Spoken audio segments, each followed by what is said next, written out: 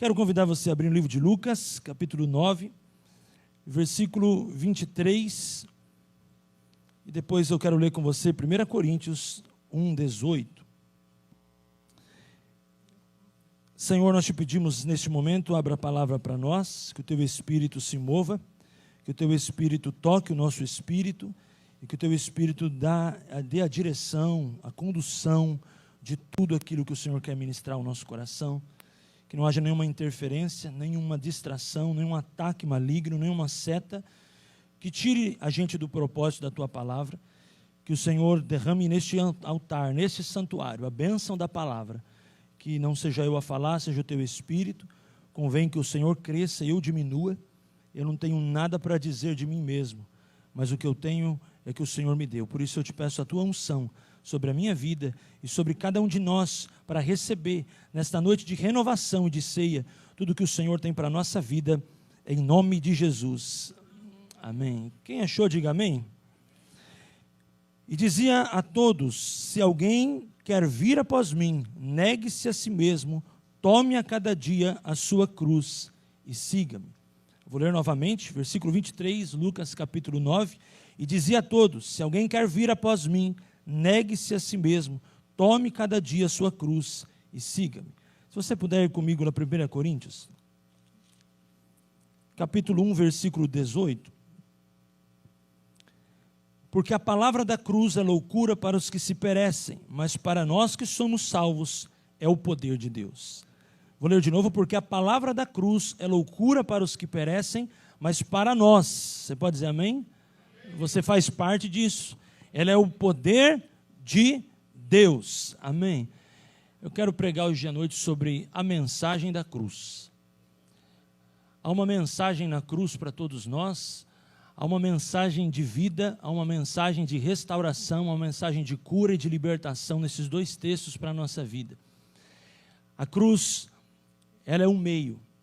Não é a cruz, é pela cruz.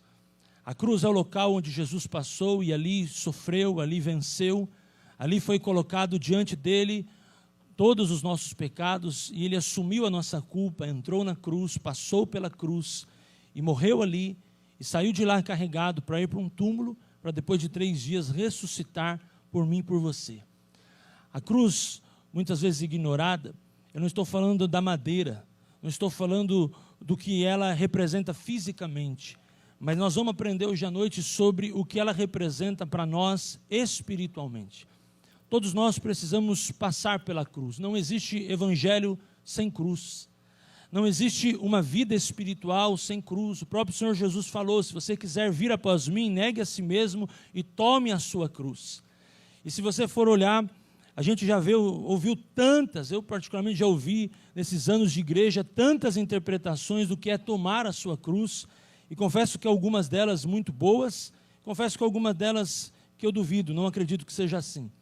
Mas não viemos aqui para debater teologia, debater ponto de vista. Mas viemos aqui hoje à noite para entender o poder que está em Jesus. Jesus representa o poder. E a cruz foi marcada por Jesus. A palavra mesmo fala que depois de Jesus, todo aquele que quiser passar pela cruz se torna maldito. Porque maldito é todo aquele que for pendurado no madeiro. A cruz foi um local onde os romanos crucificavam os piores indivíduos da época. E Jesus ali passou para poder vencer, para poder se expor pelo meu e pelo teu pecado. E ali nós recebemos a vida. Na sua morte e na sua ressurreição, quando o sangue de Jesus é derramado e toca aquela terra, então nós conhecemos de fato aquele texto que Deus converte a maldição em bênção. Havia uma maldição na terra por causa do pecado. Gênesis capítulo 3, a queda do homem. Em Jesus, nós somos libertos pelo sangue de Jesus, que nos consagra a um novo e vivo caminho. A mensagem da cruz ela é poderosa, e o apóstolo Paulo vai dizer aos Coríntios aqui nesse texto que ela é loucura para aqueles que se perdem. Ou seja, muitos não vão entender o porquê nós somos tão apaixonados por Jesus. Muitos não vão entender o porquê nós adoramos tão intensamente a Jesus. Muitos não vão entender o porquê nós fazemos, entre aspas, loucuras por amor a Jesus. Quem não tem Jesus não entende o que é ter Jesus. Nós que temos Jesus, temos algo poderoso, porque a mensagem da cruz, ela faz parte da nossa vida, e ela entrou na minha vida e na tua vida para te transformar e me transformar, amém ou não amém? É bom ter Jesus, amém? É poderoso ter Jesus, né? E quando a gente olha para a nossa vida, a gente não tem como não comparar, né, queridos? A nossa vida sem Jesus e a nossa vida com Jesus. Isso é maravilhoso, você crê assim? Ele mesmo diz aqui, tome a sua cruz, siga-me, negue-se a si mesmo. São desafios, são coisas difíceis, são renúncias, são passos, processos que temos que enfrentar, mas que compensa. Ele diz aqui, vai dizer, porque a palavra da cruz é loucura, mas para nós que somos salvos, é muito bom o privilégio de ser salvo, o privilégio de ser filho. A ceia não é a mesa para qualquer um, é mesa para filho. Nós somos filhos de Deus, por isso temos acesso à mesa da ceia, podemos comer o pão que foi partido. E o que é o pão? É o trigo. E a Bíblia diz, se o trigo não cair na terra e não morrer, fica ele só, mas morrendo, ele se multiplica. Quem que é o pão? Quem que é o trigo? Jesus. Se Jesus fica, ele fica sozinho, mas ele preferiu morrer, ele preferiu ir para a terra, ele preferiu ser esmagado, para que nós pudéssemos ter vida. Isso é poderoso. Quando eu pego esse pão na minha mão, e você vai pegar também hoje à noite, nós podemos celebrar a nossa vida, irmãos. Nós podemos celebrar a nossa restauração, celebrar os milagres da nossa vida, porque o trigo caiu na terra e morreu, e ressuscitou ao terceiro dia, e hoje nós somos livres em Jesus e temos a vida. E a Bíblia diz, eu sou o pão vivo que desceu do céu.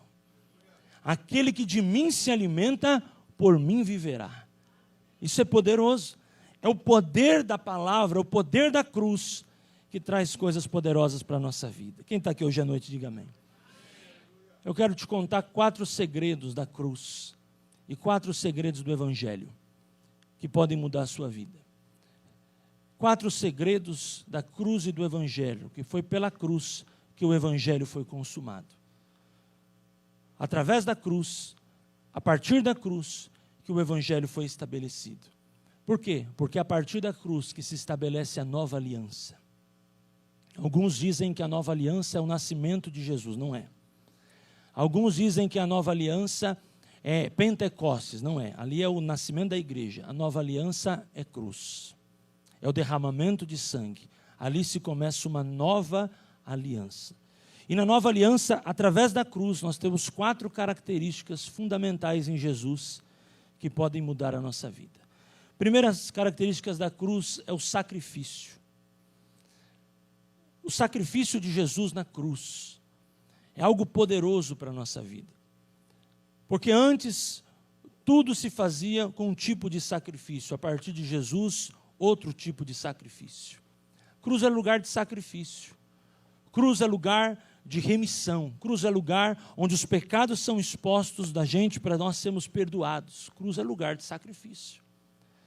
E todas as vezes que você vai olhar na história da humanidade, toda vez que Deus escolhe alguém, Deus faz aliança com alguém, esse alguém tem que entregar um sacrifício.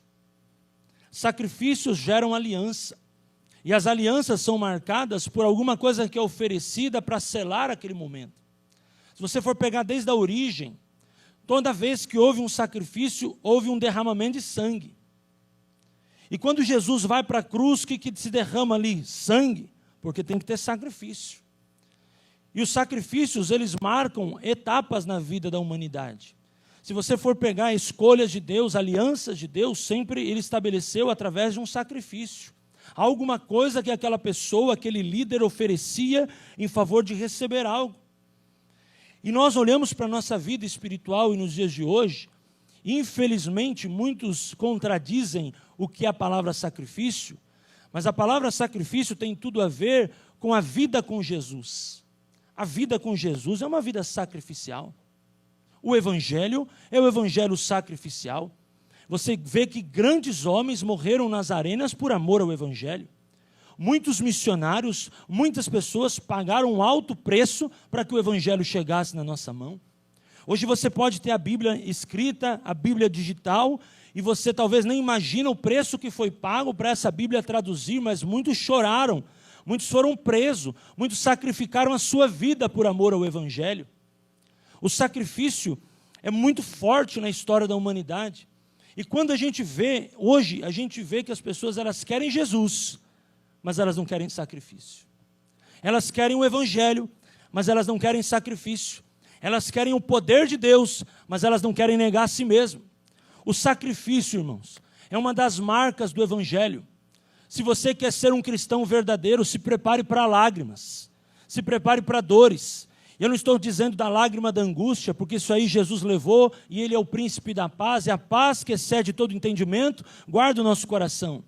Mas as lágrimas por chorar por um perdido, a lágrima por chorar por alguém que está sem Jesus, a lágrima para poder lutar contra si mesmo, como Paulo dizia, eu estou me esbofeteando para lutar contra a minha carne. Quando nós olhamos a história dos avivamentos, nós vamos ver que em todo o avivamento neste mundo que assistiu até hoje, houve sacrifício. Pessoas que perderam familiares, pessoas que perderam amigos, pessoas que deixaram nações, abandonaram suas famílias por amor ao evangelho. Hoje nós estamos vendo pessoas que pensam assim, eu vou para Jesus para subir de nível. Mas que tipo de nível você espera subir? Se nós estamos falando de cruz, nós temos que falar de sacrifício. E sacrifício é uma vida de renúncia, irmãos. Você e eu precisamos renunciar. Nós temos que pagar o preço de negar a si mesmo. Hoje nós estamos vendo um povo que não nega a si mesmo. Um povo que fala da cruz, um povo que adora Jesus, que ama Jesus, mas não quer a cruz, não quer pagar preço, não quer renunciar, não quer esmagar a sua vida, não quer abrir mão do seu ego, da sua vontade, do seu conforto.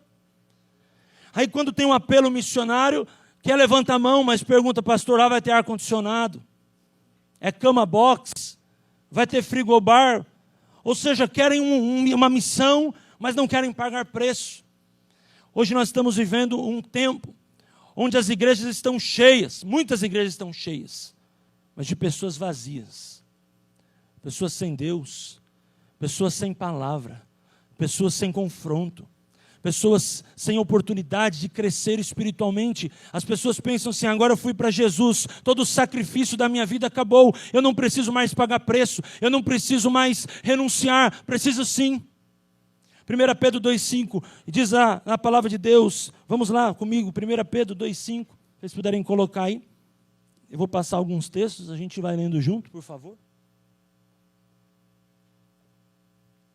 Olha aí, vós também, como pedras vivas, sois edificados casa espiritual e sacerdócio santo, para oferecer sacrifícios. Olha os sacrifícios, irmão, no Novo Testamento. Então, dentro do Evangelho, continua tendo sacrifício.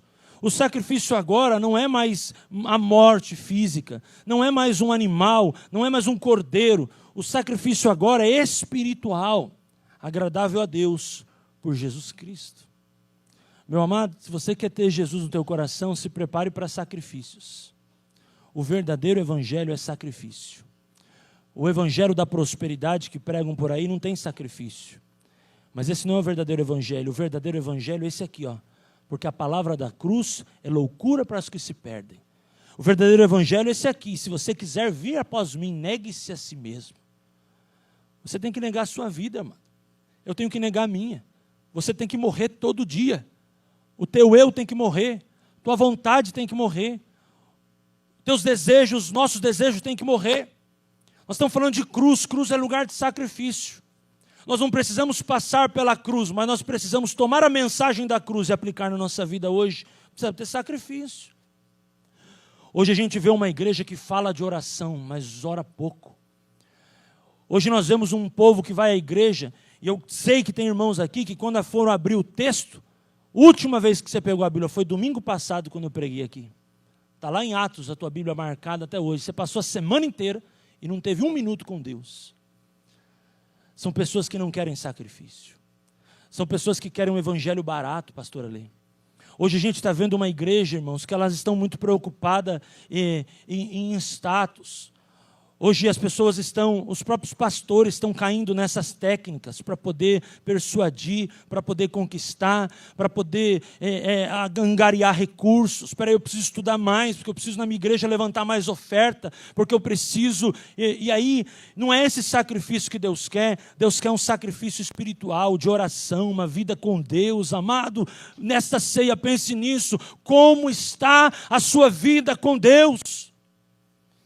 O Evangelho é sacrifício, o Evangelho é bênção, é vitória. Jesus acalma a tempestade, Jesus liberta, restaura, mas há um negue-se a si mesmo. Nós precisamos negar a nossa vontade, nós precisamos nos confrontar, olhar no espelho. Muitas vezes a gente não está honrando os nossos líderes, honrando as autoridades, honrando os nossos pais, honrando as nossas autoridades também lá fora. Se nós queremos ir para a Bíblia é um livro sacrificial. Em todo momento a Bíblia olha para nós e nos chama a sacrifícios. E agora sacrifício de louvor. Eu vivo para Deus, eu me movo para Deus, eu existo para Deus. Não existe vitória sem sacrifício. Meus pais sempre me ensinaram isso. Você quer conquistar algo na vida? Lute, batalhe, guarde dinheiro, poupe, porque Deus vai te honrar. Porque a vida não é fácil para ninguém. E o sacrifício, amado. Eu quero que você possa pensar que quando você tomar esse sangue não chegou na tua mão sem sacrifício. Houve um sacrifício lá na cruz, para que o sangue de Jesus pudesse chegar até você hoje. E esse sacrifício, esse sangue, te torna livre. Amém? Nós precisamos de preço. Hoje nós queremos tudo rápido. Tudo rápido. Escola rápida, treinamento rápido, unção rápida, poder rápido. E nós precisamos entender que existem sacrifícios. Eu preciso me sacrificar. Eu preciso me sacrificar em oração pela minha família. Eu preciso levantar as madrugadas para orar. Eu preciso buscar, eu preciso me encher, eu preciso me sacrificar, irmãos. Você precisa sacrificar mais o teu eu, matar o teu eu, para que a vontade de Deus nasça dentro de você. Talvez você está orando, Senhor, vem aqui na minha agenda, vem aqui no meu programa, vem aqui no meu segundo semestre, no meu 2022, no meu maio que está começando. Está errado. Está errada essa oração. A oração é o contrário. Senhor, eu quero entrar nos teus planos para 2022, naquilo que o Senhor tem como propósito, eu quero entrar. Porque Deus é um Deus de planos. Mas Deus abençoa o meu plano? Abençoa. Mas o segredo do sacrifício, Senhor, eu quero entrar nos teus planos. Eu quero fazer a tua vontade. Eu quero viver a tua vontade. Sacrifício. Tem que ter sacrifício. O sacrifício agora não é mais a nossa morte. Se fosse, nós estaríamos tudo morto por causa do nosso pecado. Mas é sacrifício. Eu quero ter ministério, pastor Ali, mas eu não posso no sábado, não posso na segunda, não posso na terça, não posso na quarta, não posso... Então você não quer ter ministério coisa nenhuma. Está enrolando. Que quem quer ter ministério paga preço. Paga preço. Tem que pagar preço, irmãos. Tem que pagar preço pela santidade. Tem que pagar preço pela renúncia. Tem que pagar preço para se esforçar. Eu quero que o pastor Jorge me ponha para tocar. Tá bom, converse com ele. Ele vai dar umas regrinhas aí. Se você passar pelas regrinhas, daqui a pouco você está aqui tocando. Mas, meu amado, você não passa nem no primeiro estágio, nem na pré-escola. Ou seja, as pessoas querem evidência, mas não querem sacrifício. As pessoas, elas querem vitória, mas não querem sacrifício. O Evangelho é sacrifício. Nós precisamos sacrificar o nosso eu. A nossa vontade precisa morrer. Irmão, nós estamos aqui e é que essa ceia seja um velório do nosso eu. Vamos enterrar ele hoje. Vamos enterrar o nosso eu, a nossa vontade, para que Cristo cresça, Cristo resplandeça dentro de mim e de você. O sacrifício, Deus tem falado muito comigo nessa palavra essa semana, o sacrifício do Evangelho. Pagar o preço por uma causa. Por uma causa, irmãos, os jovens estão morrendo. Os jovens, quando vão para o Lollapalooza, eles fazem barraca e ficam 3 dias passando frio, dormindo em barraca, comendo banana, para ir para o Lollapalooza, agora Rock in Rio. Ou seja, eles morrem por uma causa. Nós que temos Jesus, nós temos que viver por uma causa. O Evangelho de Cristo, que é o poder de Deus. Aleluia. Viver por Jesus. andar com Jesus, ser discípulo de Jesus, ser a imagem de Jesus. Quando eu vejo as pessoas do mundo, irmãos, elas fazem loucura. Quando eu vejo os comunistas, os esquerdistas, que não tem nada a ver com a Bíblia, eles fazem loucura. Eles vão em movimentos, eles fazem cada coisa doida. Quando a gente vê eles defendendo o aborto, quando a gente vê eles defendendo a ideologia de gênero, quando a gente vê o carnaval, você abriu a internet essa semana e diz, o carnaval é do Exu. O carnaval é do Exu. Ou seja, há sacrifício do lado de lá e do lado de cá na luz. Nós não queremos sacrifício. Nós queremos um evangelho barato, nós queremos vitória sem orar, nós queremos bênção sem plantar, nós queremos bênção sem dizimar, nós não queremos nos confrontar. E quando você olha para o carnaval, você vê uma aberração, uma afronta contra a igreja, uma afronta contra o evangelho, uma afronta, demônios aqui no nosso sambódromo em São Paulo, demônios no sambódromo do Rio de Janeiro, e muitos crentes assistindo, não sacrificando a sua vontade por amor de Cristo. Amado, a Bíblia diz, por amor de Cristo, eu sou entregue à morte todos os dias. Isso é sacrifício. Meu amado, é tempo de sacrifício. Nós não vamos virar esse jogo se nós não nos sacrificarmos. Hoje nós vemos uma igreja que não quer sacrifício. E eu entendo como um profeta de Deus nessa nação, um pastor nessa nação, que este é o tempo da igreja. E é tempo de sacrifício. Mas nós vamos ter que dormir meia-noite e acordar às 3. Vamos. Mas nós vamos ter que sair de um compromisso e ir por outro. Vamos comer bolacha no carro para não passar fome. Vamos. É tempo de sacrifício. Agora você vai conversar com os crentes das igrejas. Não estão afim. Não estão afim de ver o Brasil transformado. Não estão afim de pôr o joelho no chão. A gente fez um relógio de oração. Como é difícil levantar um irmão para orar 1 hora. Num relógio de 24 horas por dia, como é difícil. Tem um irmão que chegou e falou, pastor, eu consigo meia. Muitas vezes o cara gasta 3 horas no trânsito por dia, mas para orar é meia hora. Se você quer viver o evangelho da cruz, viva uma vida de sacrifício. Pague o preço por Jesus, irmão. Lá onde você mora, lá onde você vive, você precisa pagar o preço pela mensagem do evangelho. Pastor, mas eu já estou com a idade, eu não sei o que vai ser de mim amanhã. Ei, a mensagem é mais importante que o mensageiro. Pega essa. Não importa quantos anos você vai viver, se 30, 40, 50, você precisa incorporar a mensagem de Cristo no teu poder, na tua vida, na tua mente, e ir atrás dela e lutar por Jesus. Quando você pega, nós estávamos conversando esses dias em casa. Hoje são mais de bilhões de muçulmanos na face da terra.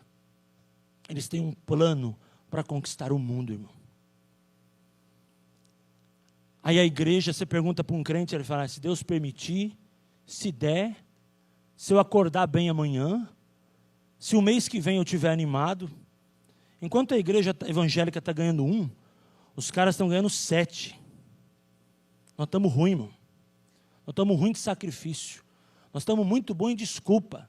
Nós estamos ruins em arrependimento. Muitas vezes a gente não está conseguindo nem mudar o nosso bairro. Os caras estão mudando nação. No ano 95, 96, a França era 98% cristã. A maioria católica, é óbvio.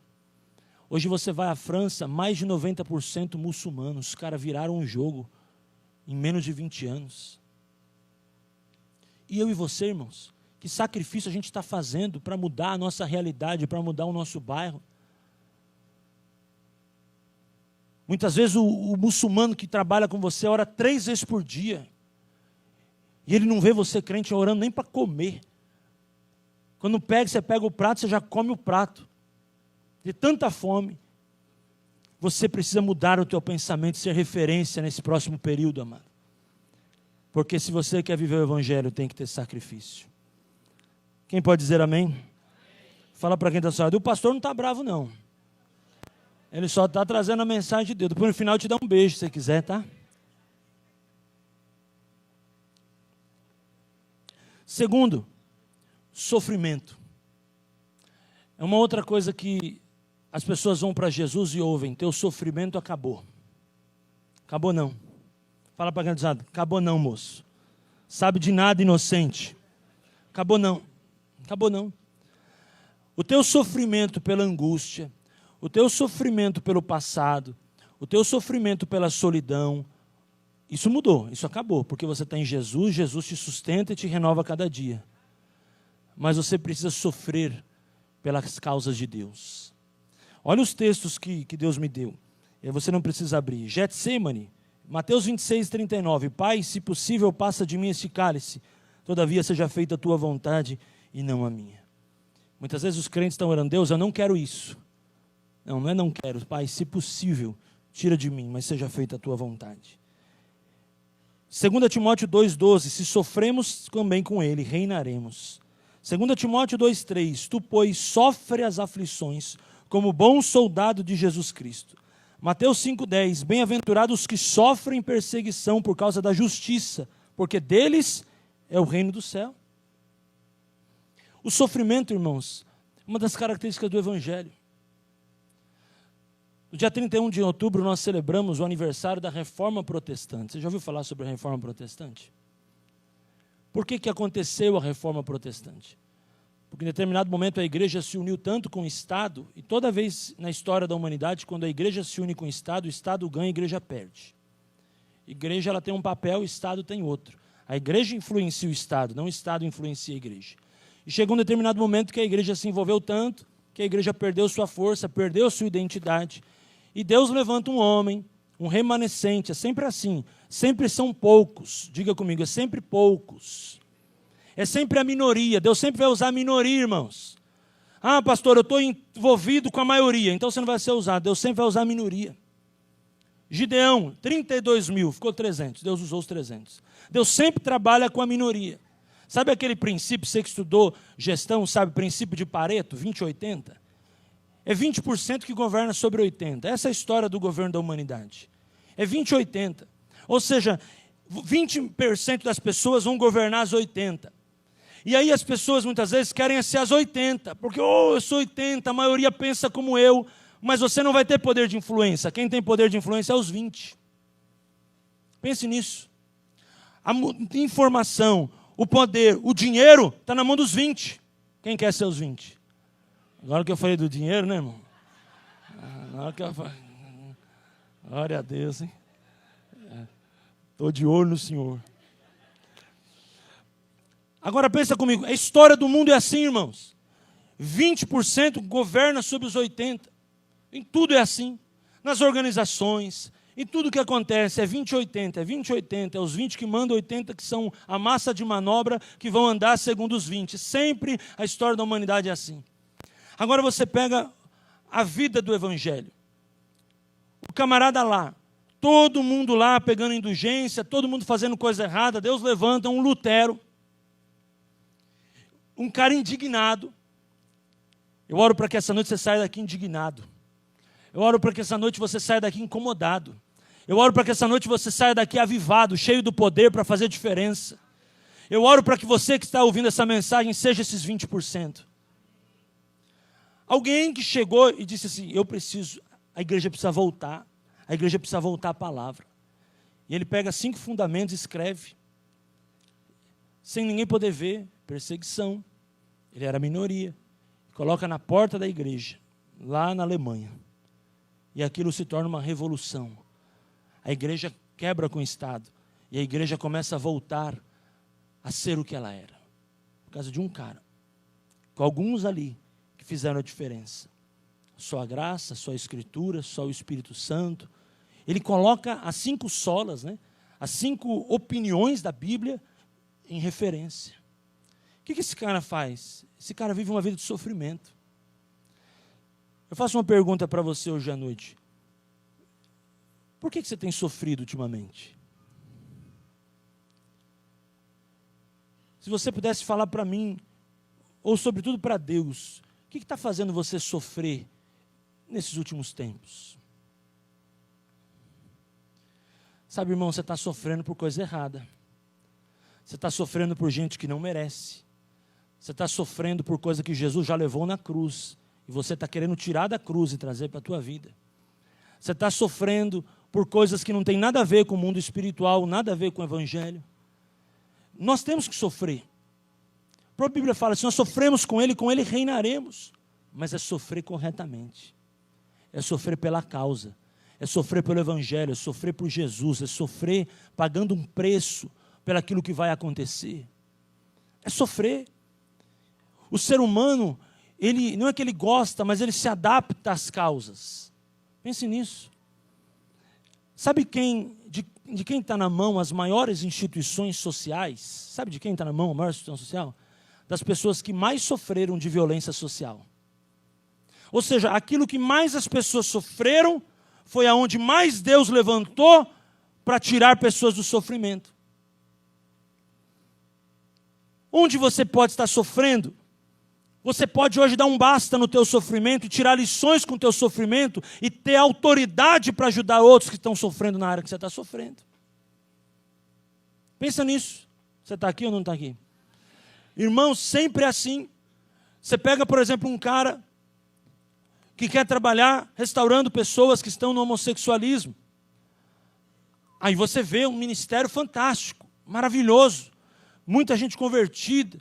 Aqueles rapazes que chegaram quase a ser transexuais, estão conhecendo uma moça, se apaixonando, restaurando a sua vida. Aí você vai falar um pouquinho com esse pastor. Pastor, que ministério que Deus te deu? Conta um pouquinho a sua história. Sabe o que ele vai dizer? Eu fui abusado na infância. Ou seja, onde ele sofreu, Deus levantou ele para tirar pessoas que estão sofrendo.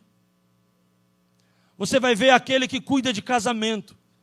Aí você fala, meu Deus, quantos casamentos Deus usa você para restaurar? Gente que já estava com a caneta na mão para assinar o divórcio, Deus te usou, mudou a história. Conta um pouquinho de você. Aí ele fala, sabe, nós moramos muito tempo separados, nós quase assinamos o divórcio, mas Deus os restaurou. É sempre assim. Sempre aonde abundou o pecado, superabundou a graça. Da onde você mais sofreu, é que Deus vai te dar mais autoridade para você conquistar. Você tem unção na área que você superou. A área onde você viveu fortalezas, hoje você é uma força espiritual ali, naquele lugar. Para de sofrer por coisas erradas, por gente que não merece, por causas sem futuro. Começa a sofrer pela causa do eterno, a causa de Deus, o reino de Deus, o plano de Deus, pelo plano da salvação. Sofra corretamente. É lógico que o evangelho é sofrimento. O evangelho é cruz. Cruz é lugar de sofrimento. Mas sofra por um propósito. Sofra com um objetivo. Espera aí, eu estou sofrendo? Até quando eu vou sofrer por isso? Talvez você, infelizmente, perdeu um filho. Comece a orar agora. Se levantar, põe na madrugada, comece a escrever.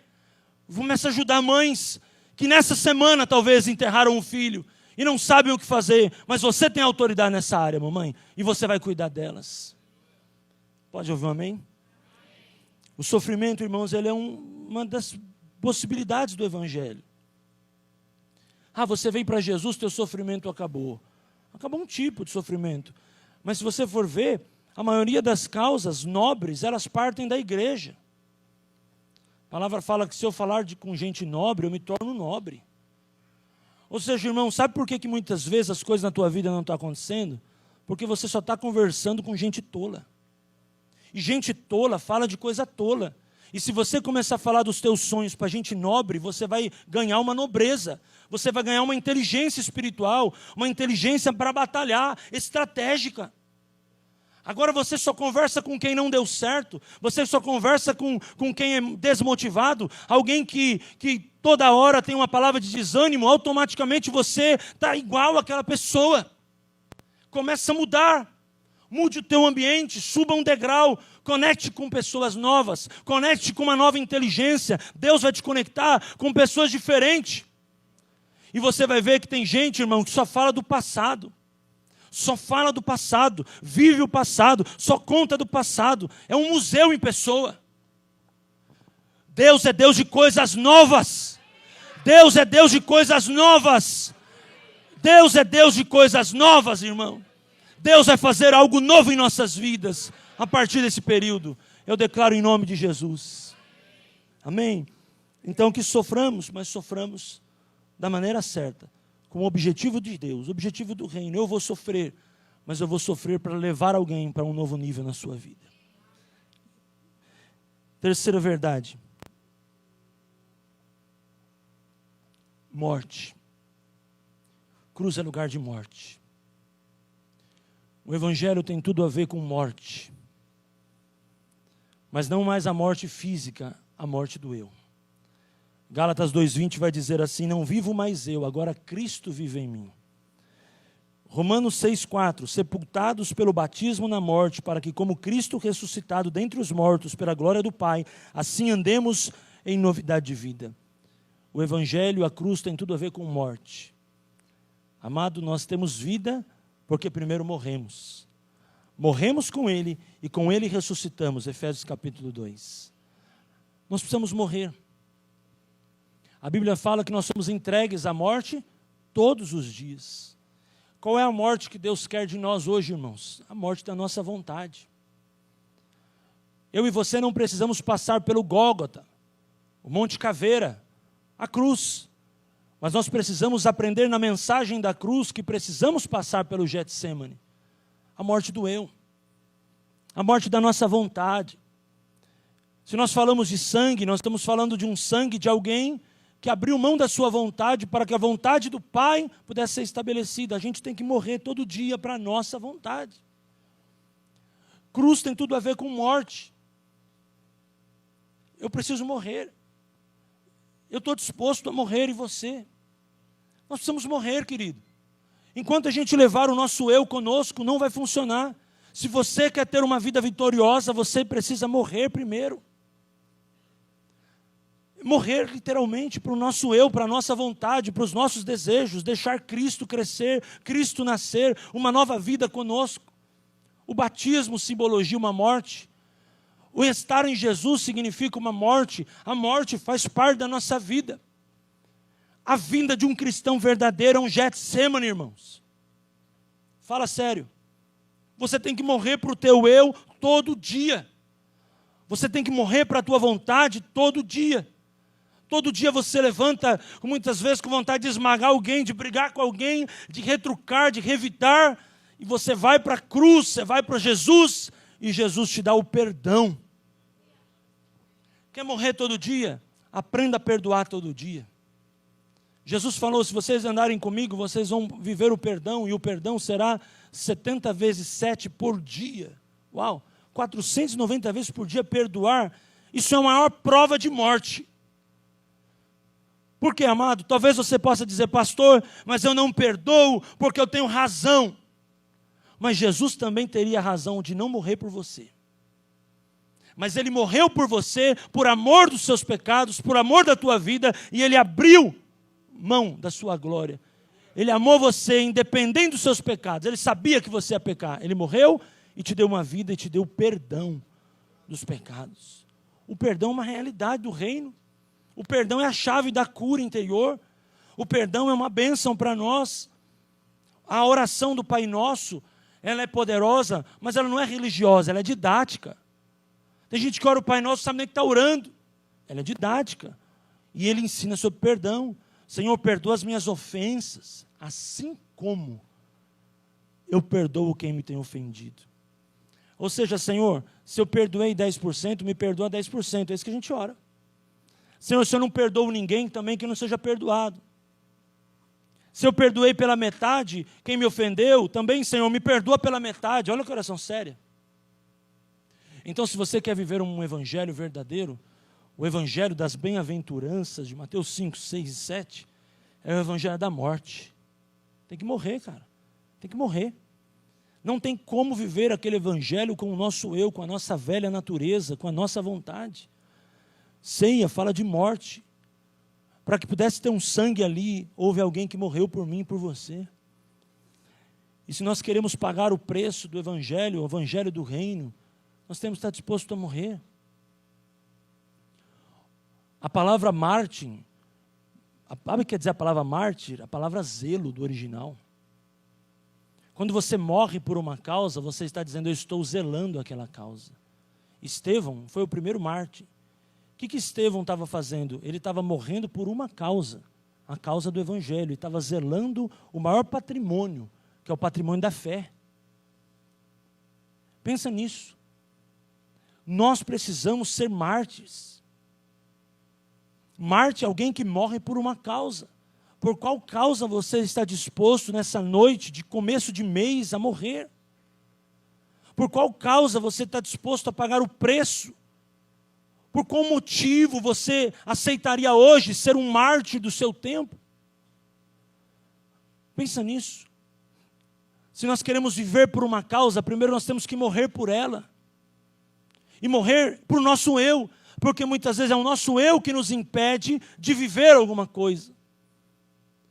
Dentro da família, é o primeiro e maior laboratório onde você vai testar a morte do teu eu todo dia. Dentro de um ambiente familiar, é que você vai provar a tua espiritualidade. Não é lá fora, não é aqui na igreja, não é nos negócios, não é nas instituições, nas universidades, escolas, é dentro de um ambiente familiar. Que a situação provoca a necessidade de morrer. A necessidade de perdoar o filho, perdoar a esposa, perdoar as pessoas, perdoar. O perdão, irmãos, ele é fundamental, ele não é um sentimento. Que você vem para um culto, e o culto fala com você, e você fala, pastor, eu senti de perdoar, porque o culto falou comigo. Não, o perdão é um mandamento de Deus. Perdoai uns aos outros. E o perdão é a porta para a bênção de Deus. E, irmãos, e não há vida com perdão se não há uma morte. Um dos lados tem que morrer. Ou o marido vai ter que morrer, ou a esposa tem que morrer, para que Cristo possa nascer dentro desse casamento, e esse casamento durar mais um tempo. Até Jesus voltar, em nome de Jesus. Porque agora, se nem a esposa está disposta a morrer, nem o marido disposto a morrer, os dois estão lá com o eu elevado, mas eu tenho razão, é aquela história, mas Jesus também tinha para não morrer por você. Você tem que morrer por uma causa, morrer é uma coisa fundamental. Se você for olhar o tempo de Herodes, Atos capítulo 12, ele entrou com espada para matar os apóstolos. Um morre apedrejado, o outro morre pela espada. O início da igreja primitiva é êxito, mas tem muita morte. É muita gente pagando preço pela causa, e gente que morreu. Imagina, segunda-feira fica sabendo que morre um lá, quem é? Um apóstolo. Na terça é o outro apóstolo. Na quarta, é o apóstolo. Na quinta, é o outro apóstolo. Que coisa doida, todo mundo morrendo, mas todo mundo morrendo por uma causa. Morrer faz parte de uma vida cristã. Nós precisamos olhar para a nossa vida, irmãos, e pensar na vitória, pensar no êxito, pensar nas bênçãos. É legal, é bênção demais, mas pensar que fazemos parte de um movimento chamado Evangelho, que é o poder de Deus, e se nós queremos nos apropriar disso, nós vamos precisar morrer todo dia. Tem que morrer, irmão. Tem que morrer. Hoje à noite é noite de você morrer. De você ir para a ceia e falar, Senhor, eu estou disposto a morrer pela Tua vontade. Quero matar o meu eu, para que o Senhor seja glorificado. Sabe, para nascer uma nova natureza, tem que morrer uma velha. Não é assim que a gente aprende no batismo, tivemos semana passada. É a transformação. É a transformação do nosso homem interior. O teu homem, o meu homem interior precisa ser transformado todo dia. E para que algumas coisas possam nascer, outras precisam morrer. E eu chamo também, dentro de um processo didático, de reaprendizado. Você vai para o Evangelho para reaprender sobre a vida. Porque tem coisas na vida que você e eu aprendemos que está excelente, mas tem coisas que estão equivocadas. O Evangelho, a palavra de Deus, ela tem o poder de nos reeducar. E o processo de reaprendizado é mais difícil do que o de aprendizado. Por quê? Porque ali a gente precisa morrer.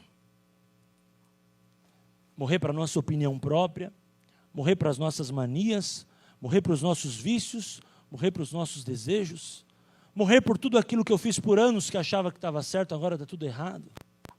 E agora, meu Deus, tudo errado. É como Nicodemos chegou para Jesus, Jesus falou tanto com ele falou tanto com Jesus, mas Jesus falou, você precisa nascer de novo. Ele falou, como um homem dessa idade entrar dentro do ventre da mãe? Não, não é isso que você está falando, você precisa morrer. Se você não nascer da água, preste atenção, e do Espírito, você não é apto para entrar no reino de Deus. Resumindo, Jesus estava falando para Nicodemos, morre primeiro. Morre primeiro que depois a gente conversa. Morre primeiro, que senão se você não morrer, você não vai estar afim de viver o novo que eu tenho para a tua vida. Eu só te posso mostrar um novo a partir do momento que você morrer primeiro. O jovem rico chega para Jesus cheio de argumentos, cheio de riqueza, poder. Senhor, eu conheço a lei. O Senhor falou, legal, você conhece a lei? Então tá bom. Então pega tudo que você tem, vende aos pobres e vem e me segue. Hã? Pega tudo que você tem, vende aos pobres e me segue. O cara deu área. Sumiu. Hashtag, saiu do grupo. Não gostou. Não gostou do que Jesus postou, saiu do grupo, ficou ofendido. Saiu do grupo. Desapareceu da vida. Por quê? Porque o jovem rico tinha que entender uma coisa, precisa morrer para depois você poder viver. Esse é o evangelho da cruz, irmãos. A cruz é isso. A cruz é o poder de Deus, o negar a si mesmo é morte. É morte, não tem outra palavra que resuma a vida com Cristo do que morte. Você jovem, tem um desejo, tem uma vontade, vai orar, Deus fala, não é isso que eu tenho para a tua vida, espera mais um pouco, que na hora certa eu vou colocar um namorado, uma namorada certa. Mas você já está vivendo um sentimento por aquela pessoa. E aí? Vai matar esse sentimento para deixar nascer um sentimento de Jesus na tua vida? Ou vai assumir esse namoro errado? É morte todo dia. Você está lá, faturando um valor como empresário na sua empresa, e chega alguém falando para você, só nega o imposto. O imposto é muito caro, vamos dar um jeitinho para você não pagar tanta carga tributária. Já nasce uma vontade de fazer coisa errada. Já nasce um desejo, uma vingança contra o governo. Aí você vai orar, Deus fala, não faça isso. Fuja da aparência do mal, isso é errado. O que você fez ali? Você teve que morrer. Porque literalmente, a carga tributária pesa no teu bolso. E você como empresário, muitas vezes, se não morrer, você vai se corromper. A vida da gente, irmãos, é uma vida de morte. Como aquele caso daquele rapaz que chegou na igreja e mal me conhecia, e tocou no meu ombro e disse, pastor, tudo bem, muito carismático, marido de uma irmã. E ele disse assim, pastor, a minha esposa sempre fala do senhor, que o senhor ora por mim. Eu falei, prazer, agora melhor ainda te conhecer. Aí a conversa vai, conversa vem, um cara muito carismático, muito gentil, e disse assim, pastor, qual que é a arrecadação da igreja?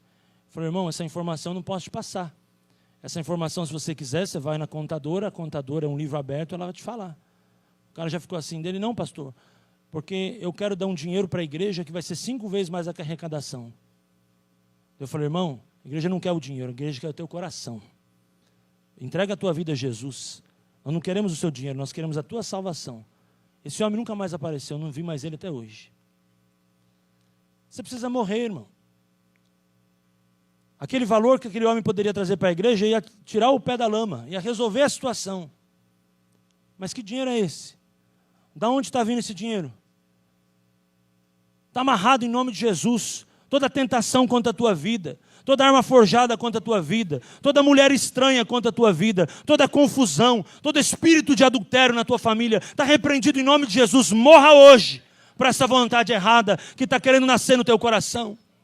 Vontade de mentir, vontade de enganar, vontade de abandonar, vontade de trair, vontade de tanta coisa. Hoje é noite de morrer. Deus está te chamando para morrer. Morrer para a tua vontade. Você está tramando coisa errada, Deus está falando. Você está tentando coisa errada. Você está lendo que não deve. 40% dos homens evangélicos têm acesso à pornografia. Varão, de 10 é 4. Se de 10 tem aqui, 4 estão mexendo em pornografia, eu estou falando com você agora, como profeta de Deus. Se converte, morre agora. Morre hoje. Morre hoje. 40% dos homens têm acesso à pornografia. E você, vai se converter hoje? Vai morrer ou não vai? Você tem que morrer, mano. Você tem que morrer, cara. Você tem que morrer para a tua vontade. Você tem que morrer. Evangelho é morte. Você tem que morrer. Você vai ficar olhando para outra mulher até quando? Você vai ficar enganando a tua família até quando? Os espíritos familiares estão entrando na tua casa. Acorda. Reage, morre, em nome de Jesus, e nasça para uma nova vida com Deus. Seja uma nova criatura, se posicione. Jesus Cristo te liberta, em nome de Jesus. Precisa ter morte. Que nós possamos nessa noite assumir a posição de alguém que precisa morrer, para que Cristo possa nascer dentro de nós, porque Ele disse: se morremos com Ele, também com Ele ressuscitamos. Efésios capítulo 2, nós ressuscitamos com Cristo e com Ele estamos assentados à destra de Deus Pai nas alturas. Irmão, não se corrompa. Minha irmã, não se corrompa. A mensagem da cruz é poderosa. Ela continua sendo poderosa, ela é atual. Eu digo isso para você, esse é o tema da mensagem. A mensagem da cruz, ela é real, ela é verdadeira. Ela muitas vezes é pouco pregada, ela é pouco ensinada, mas ela é real, cara. A gente precisa morrer todo dia. Jesus, antes de ir para a cruz, ele poderia dar escapada. Porque perguntaram para ele: é você? Ele podia falar: não, não sou eu não, é alguém que está vindo aí, ó. É alguém que está vindo aí, sai de cena. Naquele momento ele fala: sou eu vou ser crucificado. Sabe, irmãos, eu tenho certeza que naquele levantar do dedo de Jesus, quando ele disse sou eu, ele estava lembrando de mim e de você. Ele pagou o preço pela sua vida, pela sua história. Hoje ele não quer que você morra fisicamente, mas ele quer que neste altar nós venhamos morrer para nossa vontade, para que ele cresça e eu diminua. João Batista, ele aponta o caminho para o Messias. Ele é o Messias. Ele é o Messias. Naquele momento, o próprio Jesus queria ouvir João, porque a pregação de João era muito convincente. Mas João falou: não, meu tempo aqui acabou. Agora é você. Queridos, o nosso tempo tem que acabar. O tempo do nosso eu precisa acabar. Deixar Jesus nascer. Deixar o Evangelho crescer. A centralidade do Evangelho não é bens materiais, irmãos. A centralidade do Evangelho não é o sucesso que se vende lá fora. A centralidade do Evangelho é Jesus Cristo. É Jesus, o Jesus que te ama. O Jesus que te escolheu. O Jesus não é o homem. Em nenhum momento Deus centralizou o Evangelho no homem. Mateus 16, ele disse: sob esta pedra edificarei a minha igreja. Jesus estava falando dele mesmo. Eu sou a centralidade da igreja. Eu sou o edifício da igreja. Não é você, Pedro, sou eu. Eu sou a rocha. Você é homem, você é fragmento de rocha. Eu sou rocha total. Esse é o original do texto. Jesus está dizendo que em nenhum momento a glória é nossa. A glória sempre será dele. Jesus em nenhum momento está dizendo que é nós, nosso eu, mas é a vontade de Cristo. É Jesus. Os discípulos, Senhor, em João capítulo 1, viram a glória do Pai como do unigênito. Irmãos, nós precisamos ver a glória de Deus. Mas enquanto o eu for tão forte dentro de nós, a gente não vai ver a glória de Deus. Nós precisamos ser sepultados, morrer, para que a glória de Deus possa vir sobre a nossa vida. Você está aí, diga amém. Em último lugar, eu quero convidar você a abrir comigo o livro de 2 Coríntios, capítulo 2, versículo 14. O grupo de louvor pode subir. Poder ministrar um teclado aqui no final. 2 Coríntios 2, 14.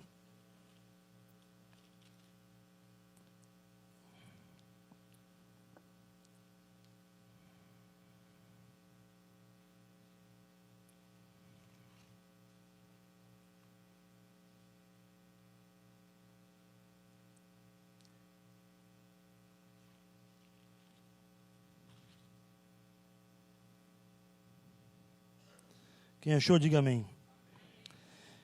E graças a Deus, que sempre nos faz triunfar em Cristo, e por meio de nós manifesta em todo lugar o cheiro do seu conhecimento.